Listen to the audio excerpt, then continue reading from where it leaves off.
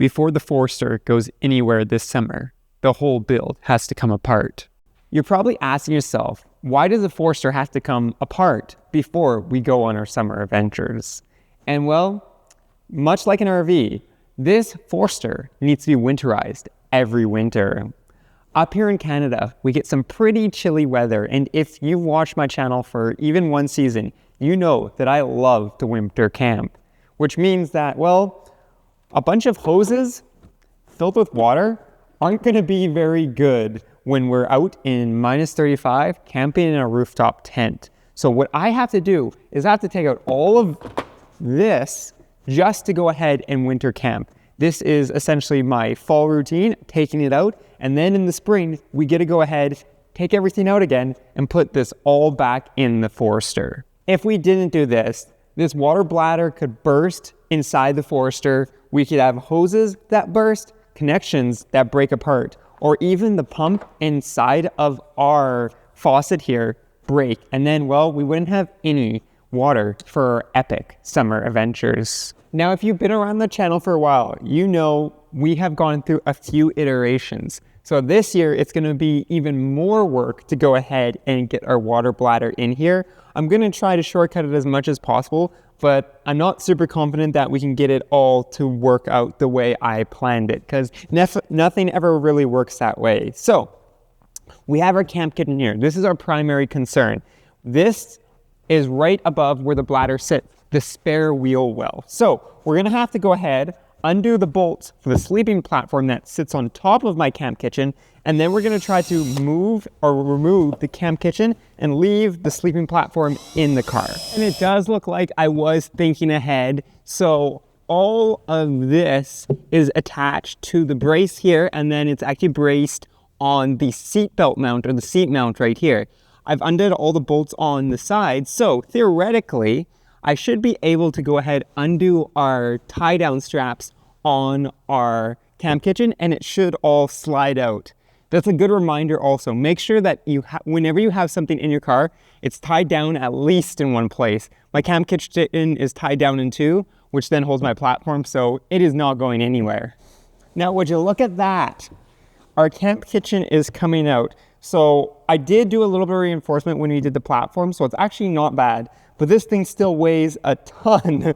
So we're gonna empty some of the stuff out of here, all my camping gear, and then we'll go ahead and just put this off to the side and hope my sleeping platform doesn't fall down into where we're supposed to work. But we're not quite done yet, because as I said, the bladder goes down here, which means we need to run the water and stuff through there. So we can just push this off to the side, I guess. Maybe not. And then we can pull this guy off and pull this guy off. And then we have our full access to where our bladder is gonna sit. And with the sleeping platform sitting up here, I think we have enough room to sneak in here, run our lines, and put our water bladder in. So that means that essentially we got to take all of this sitting on the ground and go ahead and install it in my Forester and get it ready for summer adventures. And when it's all done, it should look like this.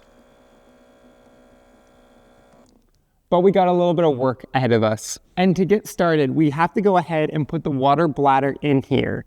As you notice, I do have this support beam because the camp kitchen is too heavy for the little platform that Subaru provides.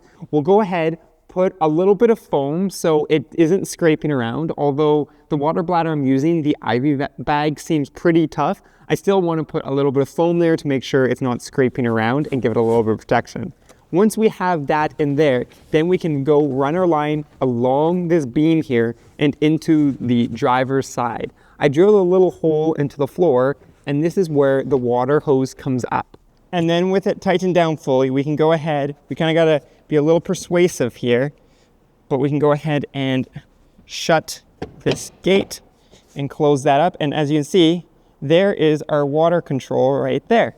And then we can go ahead, give it one last inspection, making sure our bladder is sitting pretty centered, making sure the lid on the top is tight, because you don't want to go ahead and have to tighten that halfway through the season, making sure that you have any sharp edges covered up with a little bit of tape. So you've seen that little bit of yellow cloth on the edges here, as well as making sure the zip ties are cut cleanly, because this vehicle is going to be moving, right? So all those little vibrations will wear into stuff if it's not properly secured. So that's why we secured our hose here. Make sure that is all good, and then make sure our line is exactly where we want.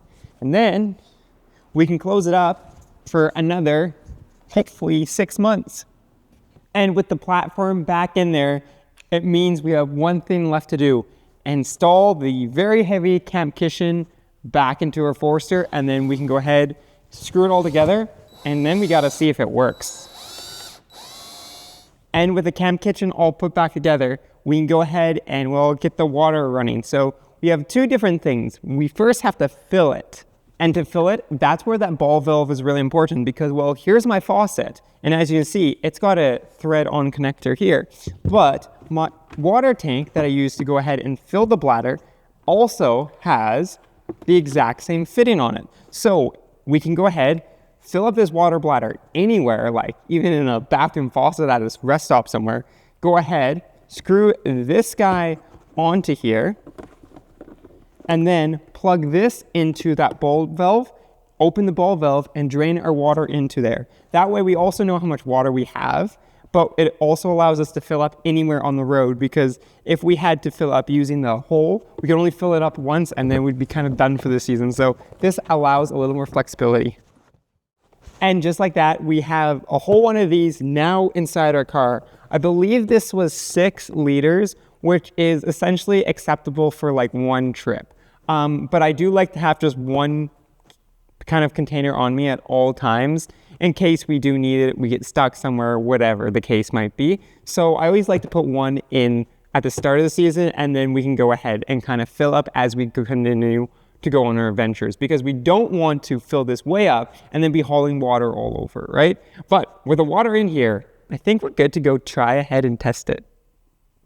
But I think we're good to go ahead and we'll try to test it. And it's the same connecting our faucet, which has the pump built in and a magnetic mount. So we can go ahead and we'll mount it on anything that's magnetic. We of course have to get our kitchen sink out. Put that down there. And then if everything goes well, with the push of a button, we should, well, it's got to bleed a little bit of air. Then it should, ball valve is open, give us water here. Well, there we go. We got running tap water in our Overland Subaru Forester. And with the water back in our Subaru Forester, we're ready for our summer adventures. So make sure you're subscribed so you don't miss any of that, as we'll be exploring some amazing places in British Columbia, as well as locally here in Alberta. Also drop a comment and let me know what your water solution is. I think mine is pretty slick. I love it. I get lots of people asking me how exactly that works. And I love to make the joke I got the kitchen sink, but I'd love to hear what you guys are doing for your water solutions out on your adventures. And while you're down there, don't forget to go ahead and check out, well, Flat 4 Off-Road for all your adventure Subaru needs, as well as the channel memberships for some exclusive perks. And well, I'll be seeing you guys on our next summer adventure.